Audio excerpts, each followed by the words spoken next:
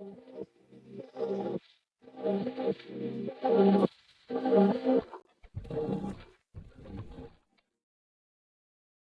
Jefas, and welcome to this episode of the Everyday Jefa. I am your host, Betsy Martinez.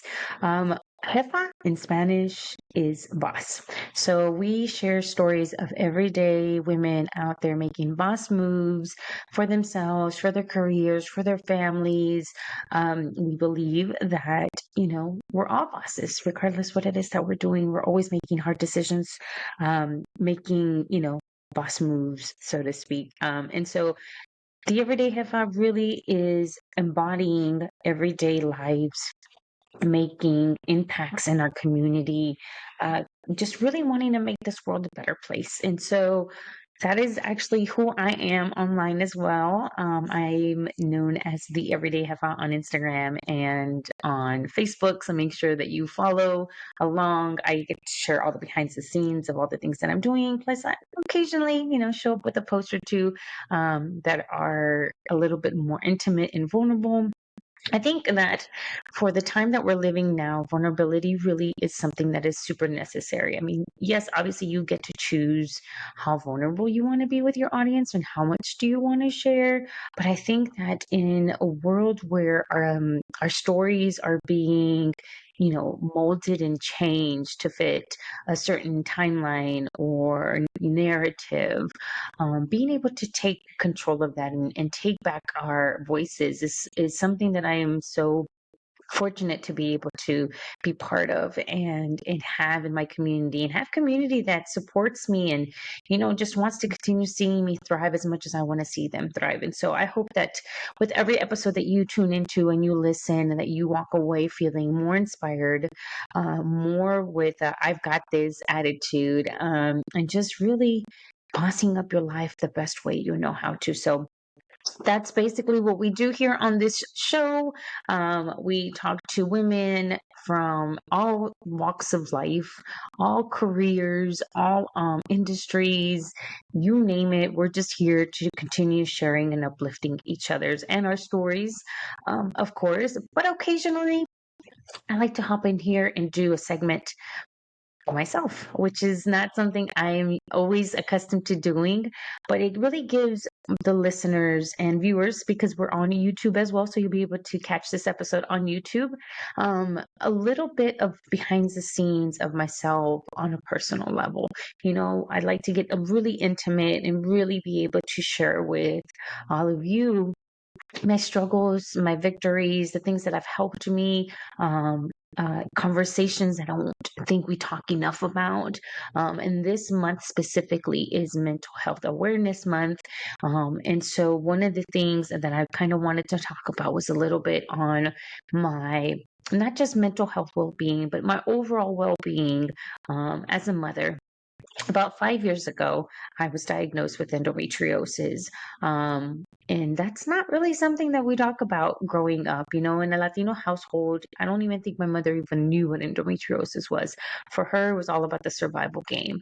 And at the age of about 15, my mother was diagnosed with cervical cancer. Gracias a Dios, she is okay. She is thriving. She is living her boss life, her jefa life right now. But at the time, that was kind of a little bit scary. And, kind of going back to these are types of conversations we don't have in our household. I had no idea that my mother had been diagnosed with cancer. Much less cervical cancer until after she had her hysterectomy, which is a major, major operation where all of her, lady parts that help sustain life are completely removed. And so all she was left with was her ovaries, because, of course, ovaries are really what support the woman's development of hormones. And so if you've ever dealt with PCOS or endometriosis, it's painful periods. It's, your body is just really fighting this thing that it doesn't understand on what's going on. I remember in high school having moments where I had to tell my mom I just can't make it to school because I can't even roll out of bed. I was in so much excruciating pain when my cycle would happen. There were cycles where I would have 2 ovulations simultaneously back to back. And so I would have my cycle sometimes up to 6 weeks, and it was just exhausting because it wears you down emotionally, mentally, physically. But we just didn't put two and two together, you know? And so for my mother, the only best thing for her was, hey, let me take you to a doctor. Let's see what's going on. At that moment, of course, we did not know, you know, what endometriosis was or what the signs and the symptoms and all that stuff was. Because I really, truly feel that if my mother would have gotten the treatment or would have had somebody advocate for her, or she would have spoken up about these things that were happening to her, you know, she would have probably been able to get ahead of it and learn and educate herself more. So that way, when she did have, you know, the opportunity to share with me these types of things, I would be a little bit more advanced. But it goes back to the what you don't know, you don't know. But I'm super grateful, anyways, regardless, because I am still here, and which is why I wanted to share this story with you all today. Because I think it's once something happens to you, you either have two choices. You either keep the information to yourself for future reference, for future use, or two, you, as uncomfortable as it might be, you share it with those around you because you don't know how other people around you, how it might actually help them. I'm really big on all the information that I get and that I gain. I'm all about receiving it and then regurgitating it right back into my community. And so now that I have the opportunity to be able to do this through a podcast, I wanted to go ahead and share my experience. Again, I'm not a doctor. Disclaimer there, I'm not a doctor. So please, please, please, if these are types of things that you are like, these are certain things that I think might be happening to me, go speak to your general doctor, your OBGYN, and kind of get yourself informed. Because let me tell you, as I walk you through my journey, I had to really advocate for myself. What does that mean? I had to speak up and say, no, I know something is not right. I don't care what your tests say. I need you to dig a little bit more deeper, or I'm going to go and find somebody who will listen to me. Because as much as there are amazing doctors out there, there are those few that really just do things by the book and check mark. And if it doesn't fit that check mark, then sometimes they just don't go beyond that. But you know your body better than anyone else. I've been real big on, you know, how I feel and educating myself and speaking to professionals about it and really learning and then turning around and saying, look, these are the things that happen to me. I don't know if it's a genetic thing. I don't know if it's just my age. I could not tell you because, of course, this isn't something I went to school for. But really, if this is something that you're concerned about, go and talk to your doctor, you know, or find yourself a doctor that is going to listen to your stuff, you know. There's so many different options now these days when it comes to medicine and it comes to treatments and it comes to testing than it probably was, you know, like 30 years ago, which is when my mom was diagnosed with this. And so my mom, like I said, when I was about 15, she had surgery and she got everything removed. And then thankfully nothing ever really came back of it. And so growing up through my teenage years, I just always suffered from really severe periods. You know, sometimes it would be 2 weeks. It would be like a week of a cycle, painful cycle, and it would be a week of recovery because it just takes so much out of you. And then I would only have 2 weeks to enjoy, you know, before we started this cycle all over again. So, thankfully, you know, once I had my kids, things changed for us because my cycle started to change, my hormone cycle started to change, you know. There were a lot of things that, you know, were happening but weren't happening at the same time. And then one day I started feeling really ill. I was getting severe cramps, but it wasn't like a cramping all across the abdominal area. It really was just situated on one side, on my left side.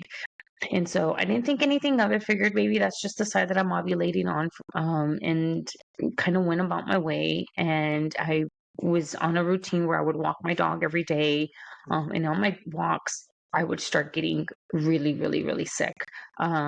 This pain would just shoot down my leg, and then after 3 months, it was getting so bad that the pain was going all the way close to my knee, and so it would start to lock my legs. And I realized there was a pattern. It'll only happen when my cycle was going on. And so I had already seen a doctor, and at that point I had also had I think about 2 miscarriages, which also threw me off because I never had miscarriages before, with my boys. So why suddenly this change? And so I just kept getting told, hey, you just, come back in 2 weeks, come back in 2 weeks, come back in 2 weeks. And I'm like, something's not right. I don't feel well. I get that I'm miscarrying, but I need support. I need to understand. I have more questions than I have answers. And so I finally was able to find a doctor that heard me and said, look, you're here now. We're going to start from scratch, and we're going to get through this together. And let me tell you, when I heard those words, I started to cry, because there's nothing like just completely just repeating yourself over and over and over.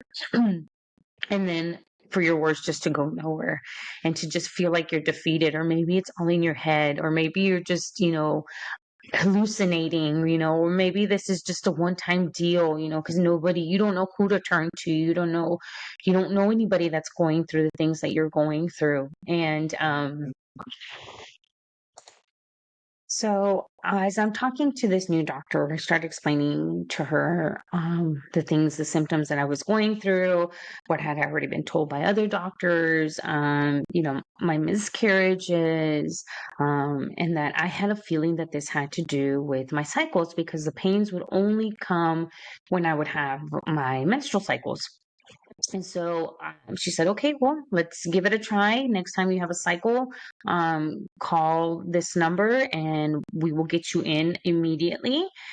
So that way we can kind of see through ultrasounds and testings exactly what it is that's going on. And I said, okay, well, I'll just keep an eye on it, and we'll see what happens. And so sure enough, my next cycle came through. I called up the lab and said, hey, I was told to give you guys a call as soon as I started my cycle. I'm supposed to come in and get an ultrasound. And they said, yeah, we've got time. Can you please come in this afternoon, or tomorrow morning, whatever the case might be. And I went in, got my ultrasound done, which was extremely painful, because just being on the cycle already is uncomfortable. And then having somebody, shifting you and moving you around, all kinds of things, just to get, see what's going on inside of you, was already uncomfortable. But there was some form of relief, almost, that, at least I'm here, and we're going to try to figure out what's going on, because I know this isn't in my head, and I know that something's not right. And so sure enough, the results came back and said, hey, you've got endometriosis, and it's attacking the tube that serves as kind of like the gateway between your ovaries and your cervix. So like an anatomy or whatnot, imagine like a ball, of other little balls inside, and then there's like a little tube attached to it. So every time a woman has her cycle, one of those eggs is, it kind of goes through that tube, into the abdomen area, the cervix, all that good stuff. But mine, particularly, every time my cycle would happen, and it would basically become like a sausage, a hot dog. And the pain that I was having was because there was no blood flow happening. So imagine grabbing what do you call those things? A water hose, and bending it halfway, and that pressure where the water's still trying to get through a little bit of it, but there's still all that pressure that's starting to build up. That's the pain that I was feeling inside for 3 months. And then on top of that, now I have endometriosis, where I was having cysts build up around my ovaries, and building up on my tubes and my ovarian tubes. and it was adding additional excruciating pain. And so one of the things that I was told was that endometriosis sometimes alters you from getting pregnant, and the fact that even though there were miscarriages, I was still getting pregnant. That meant that my body was fighting it, and that I was still able to conceive, which for me was something that I wanted. I'd always seen myself having more children. I had waited probably a little longer than I should have, but nonetheless, I wanted more kids, and it was heartbreaking. It was hard because, like I said, not something that I ever thought would happen after having two successful, pregnancies, that miscarriages would be something of my future. And now I'm told that I have endometriosis. At this point, I still don't understand what endometriosis was or is. I just knew that it was causing a lot of havoc on me, and I was going to probably go through a really long process and journey, because there's really not much that could be done. Um, if it caused more pain, or if it caused things that would alter my internal cycles or internal um, systems, then yes, we'd have to go in there and have surgery. But up to now, all it really was, the pain and the ovulation and all the things that came with it. So, we waited a couple of more months to see what was going to happen, see if this was still, where was I with my cysts from the endometriosis? Was this just like a one-time shot or because everybody's body's different. That's the thing. It's like no experience is like the other. My experience with endometriosis is going to be different than somebody else's endometriosis experience. And I, of course, like everybody else, I'm sure, would go into Google and start researching what endometriosis was, and if there's a way to be able to fight it. Is there something that I can take over the counter? And all I could really take was ibuprofen. Ibuprofen really is the only thing that I could take that would help alleviate the pain. And so my doctor said, look, you've got really two choices. We either, let it ride, and you're probably going to end up continuing with more pain, or we go in there and we take it out. And I was like, well, if it's the only thing that is causing a lot of trouble in there, and I want to be able to be pain free, then let's go in there and let's remove it. So I had surgery, and they removed my left ovary. And I was like, okay, well, I was a little bit crushed and heartbroken because, like I said, I wanted to have more kids. But now my mom used to tell me, look, like you went from having two, sources of being able to have and get pregnant. Now you're at a 50-50 scale, but at least that's better than not even the opportunity to have children. So I try to always look at it on the bright side. And sure enough, I got pregnant, but ended up miscarrying again at 6 weeks, which was devastating because now I went from being in excruciating pain because of my endometriosis to now mentally and emotionally drained because I felt like something was wrong with me. I could not keep a pregnancy to save my life, and it was really starting to stress me out, which I think to some extent stress does sometimes speed up certain things that are already there. But again, some of it may just have been genetic since my mom already had it. I never tested for cancer because I still didn't connect that endometriosis could potentially lead to cancer, cervical cancer. Still naive, just really in shock on what was going on. Excuse me. I'm having my cafecito, so you're just gonna have to wing it with me. One of those things where this is like an impromptu conversation, an impromptu topic. But I really felt like this was something that needed to be spoken about we just had Mother's Day wrap up And I had kind of shared my experience for Mother's Day and how difficult it really is for me because you're celebrating joy and happiness. But at the same time, if you've had a loss, you're also grieving and you're saddened, and you just want to you ride the motion sometimes of just being in the moment and feeling all things. And I kind of shared a little bit about that on my social media platform, on my Instagram. And I did have a lot of women come and say, oh my gosh, this so resonated with me. This, and this, and this happened to me. And seeing that, and still feeling till this day that I'm not alone, that there are women out there still going through these types of things. I started looking into the endometriosis foundation, which helps support research because there hasn't been extensive enough research and resources to be able to really determine what the cause of endometriosis is. And here's the other kicker too. Endometriosis doesn't just happen on women, it also happens with men as well.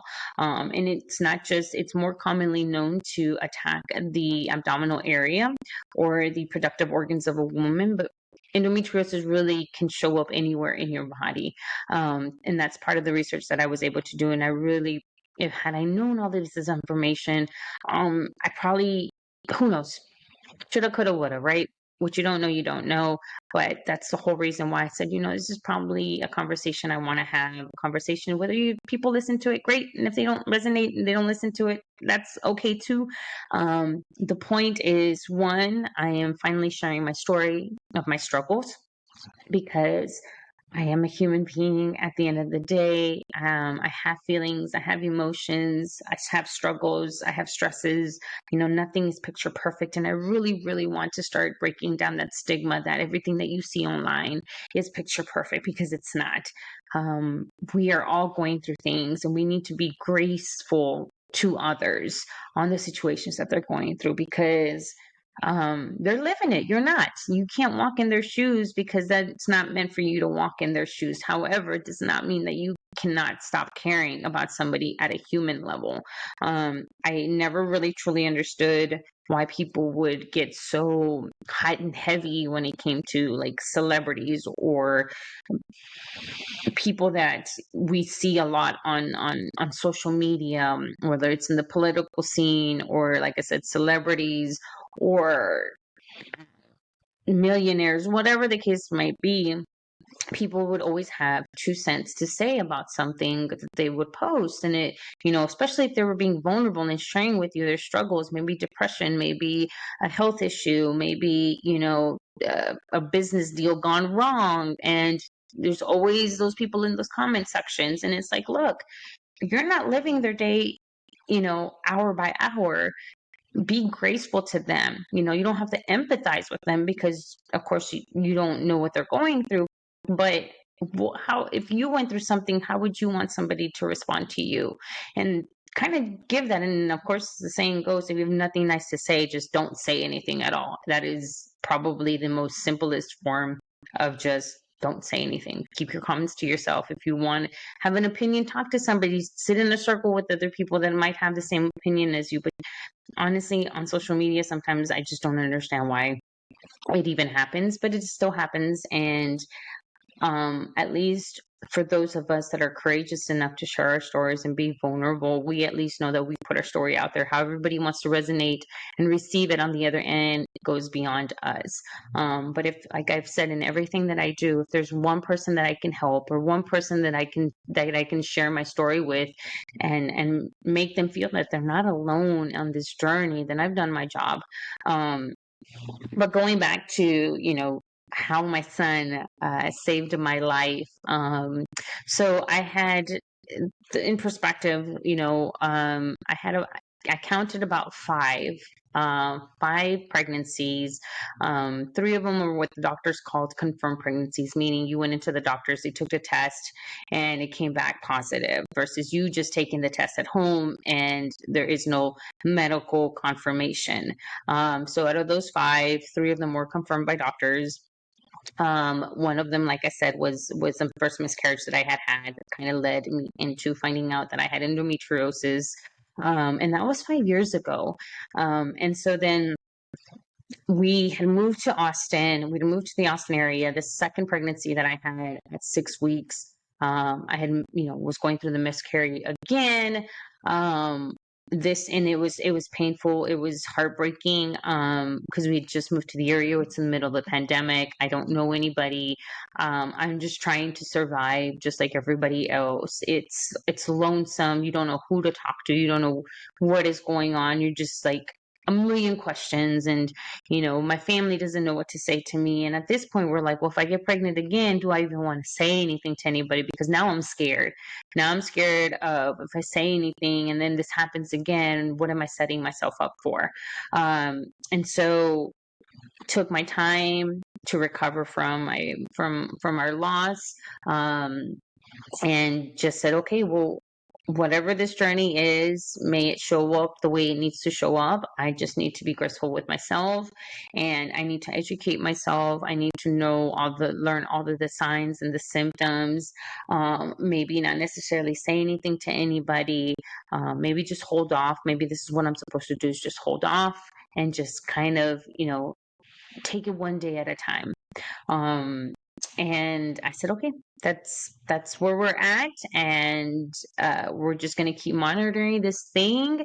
I was still going in for tests, to check in on my endometriosis, to make sure that any cysts that were developing were staying the same size, or if they were, there and they were growing, if they were causing any pains or anything additional that we should be concerned about.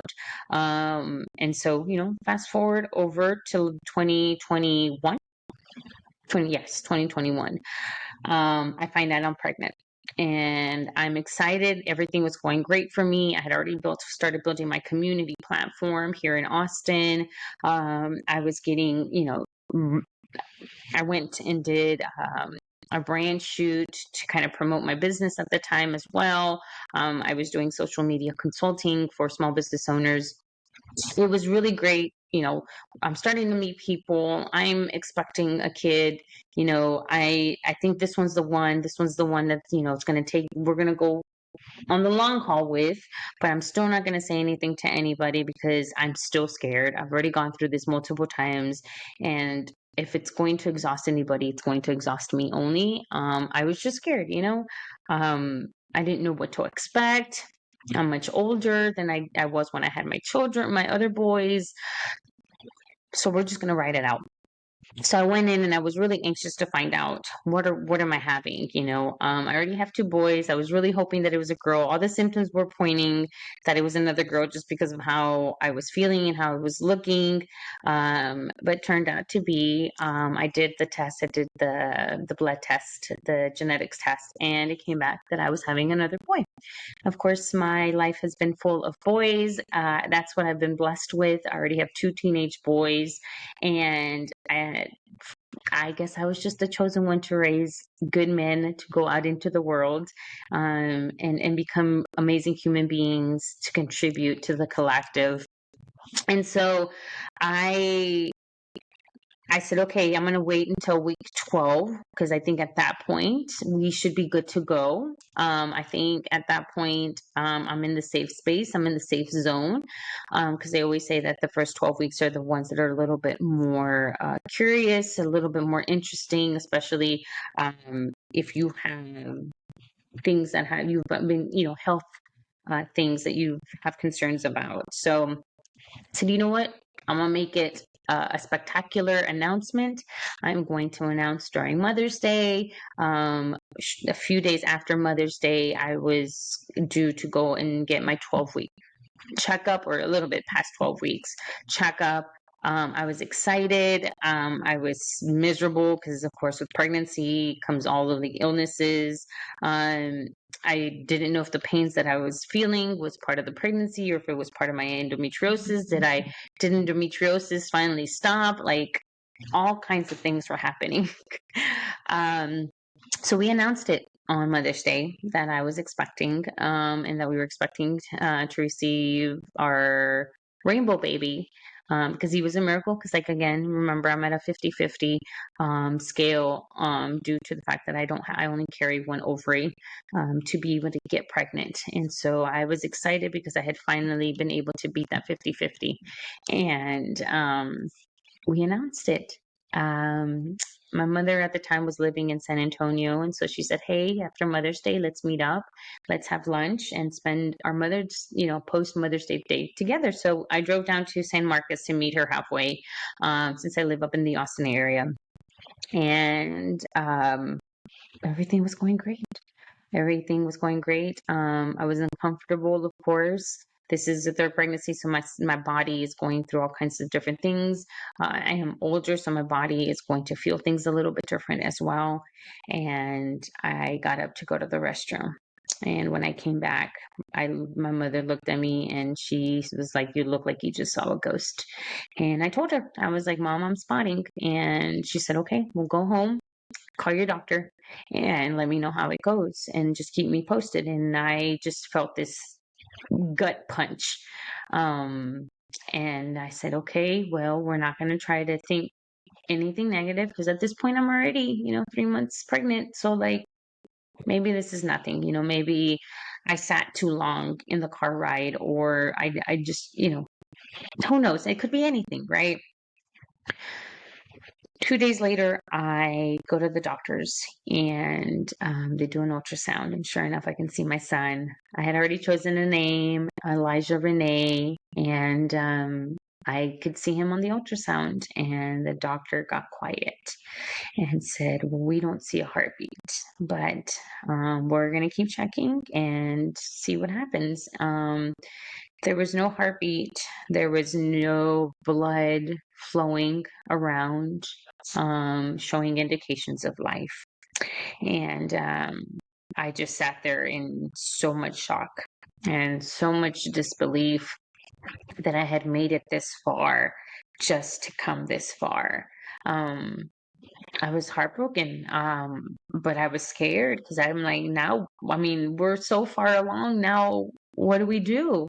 And this was the year right before Roe versus Wade had been, changed. The treatments that women were about to receive were about to change. And I looked at the doctor and I said, "Okay, so what's next?" And she said, "Well, you're so far along. You cannot um, miscarry normal. Um, we're going to have to go in and take the baby out." And I looked at her and I was a little taken back, but also kind of concerned for her because she was expecting her first child. And you could see it, her belly was growing. And I felt bad for her because here she is having to give me the news that I will not be delivering at the end of the year.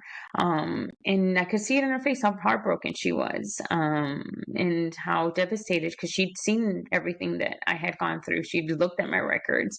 She was one of the two doctors that I had had through the 5 years or 3 years of this journey. um, to that really listened to me, that really heard everything that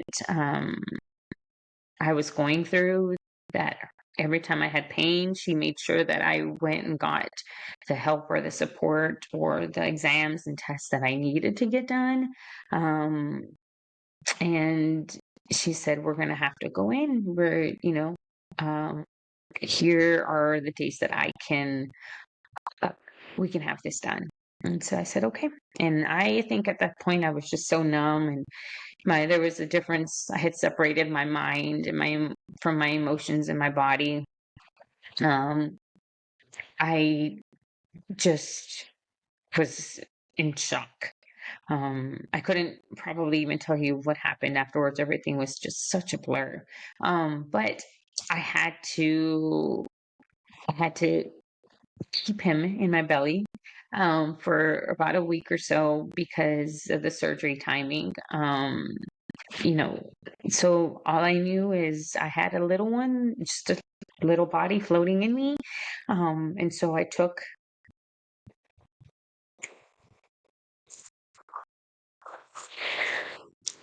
that time to internalize everything that was going on. Um, I took the time to say my goodbyes.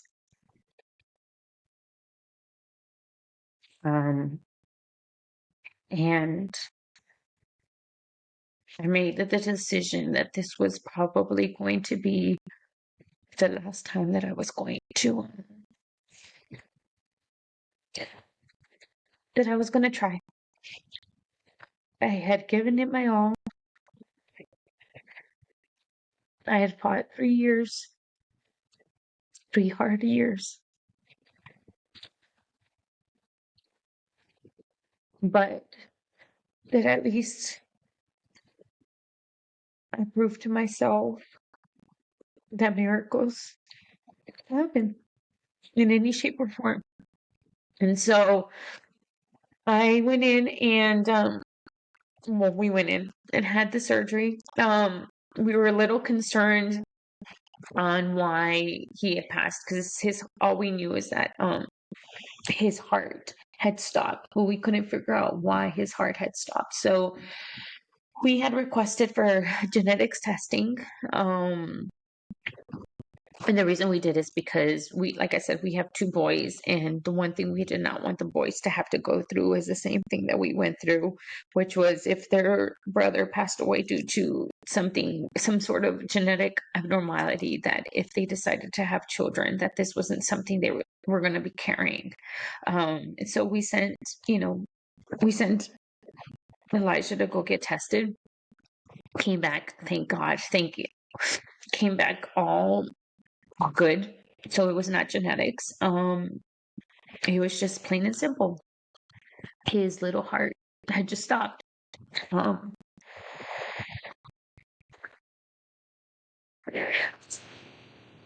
So we have what they call the DNC, and it was a hard few days after,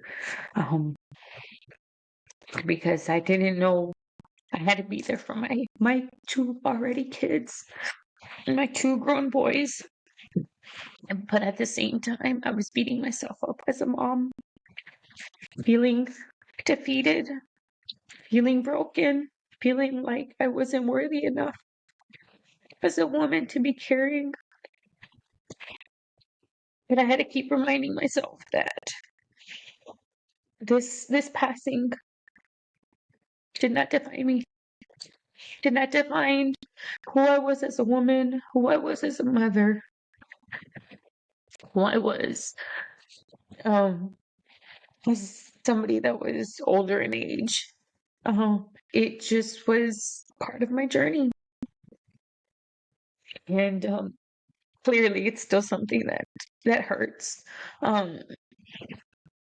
It doesn't get any easier. Grieving doesn't get any easier. But loving something so small for just such a short period of time, the grieving process just doesn't really go away. There is no timeline.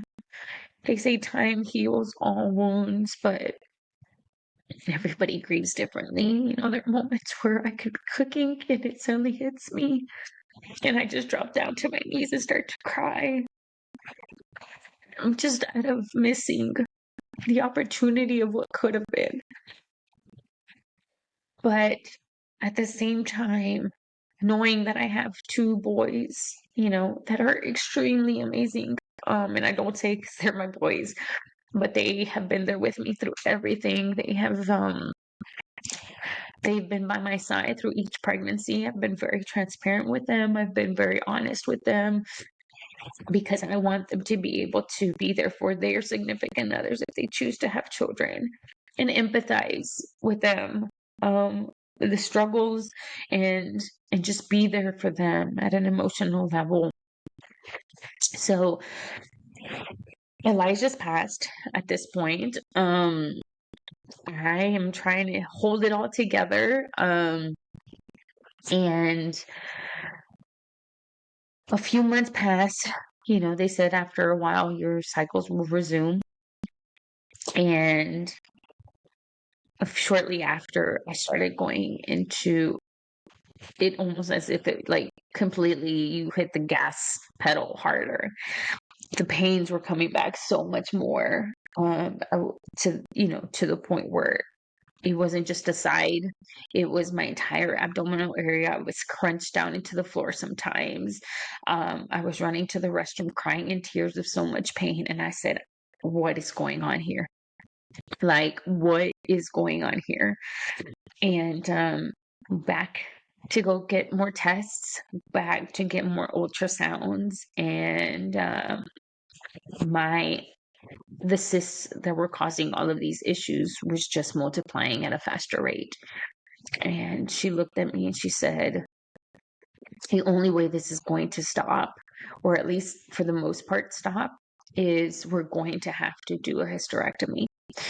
And because I'd already made a decision that my body could only take so much, that this was the time for me to just start to heal.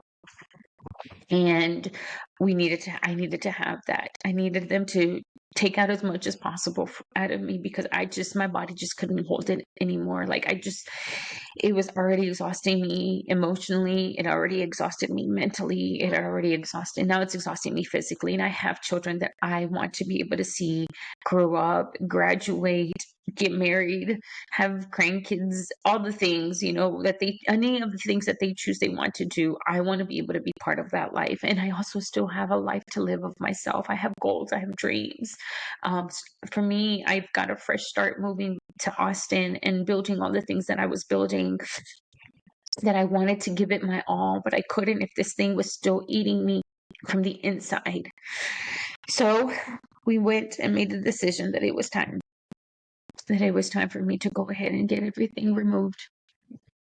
And we went in 2 years ago. It'll be 2 years in November, November the 2nd. And I remember it.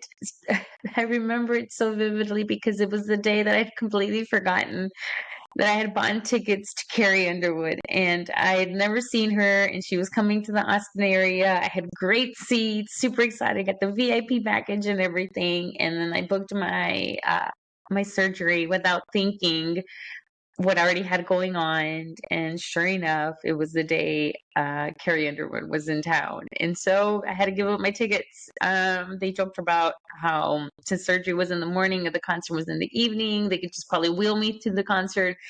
But I was like, I'm not even going to be able to remember the concert or enjoy it, because I'm going to be so still sedated from all the things that they're probably going to put me in order to have this surgery. So that's why I can still remember the date, November the 2nd, 2022. And we went and had the surgery. I came back out. I knew it was going to take me a little bit before I could actually mentally know what was going on. I knew it was going to be at least about 2 weeks before I could actually physically do anything, from drive myself, go anything, or whatnot. And it was almost as if I had an awakening or an epiphany. Something had completely switched on me. Something had completely changed on me. So we're off to go get my hysterectomy done. And she tells me, okay, here's what's going to happen. It's going to be a really short process. Should be no more than 45 minutes. We're going to keep you here in observation until you wake up, and make sure that you can go use the restroom, all the good stuff, before we let you go. And, my mom's sitting with me in the room. And so the day comes when we are, getting ready to have my surgery. My mom comes in, says, she wants to be there for the surgery. And, we're sitting there waiting.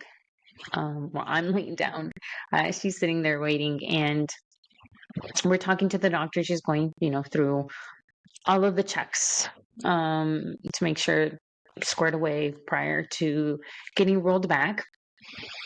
And, starts talking about some stuff. And my mom's like, oh yeah, like, I was diagnosed with cervical cancer back when, like, Bessy was like 15. And she was like, really?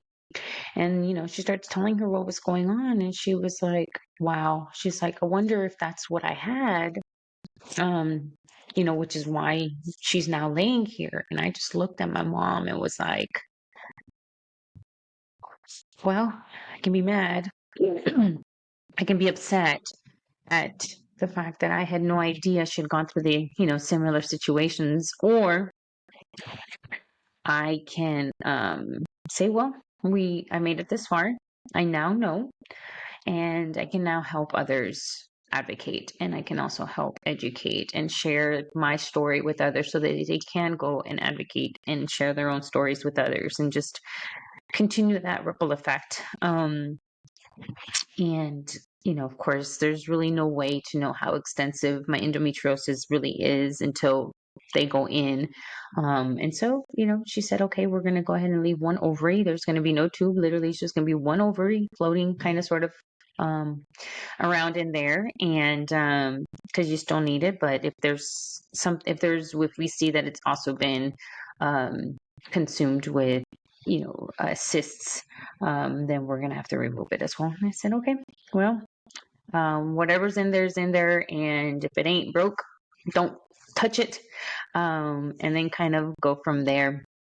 So went ahead, had the surgery, came back out of it, came home.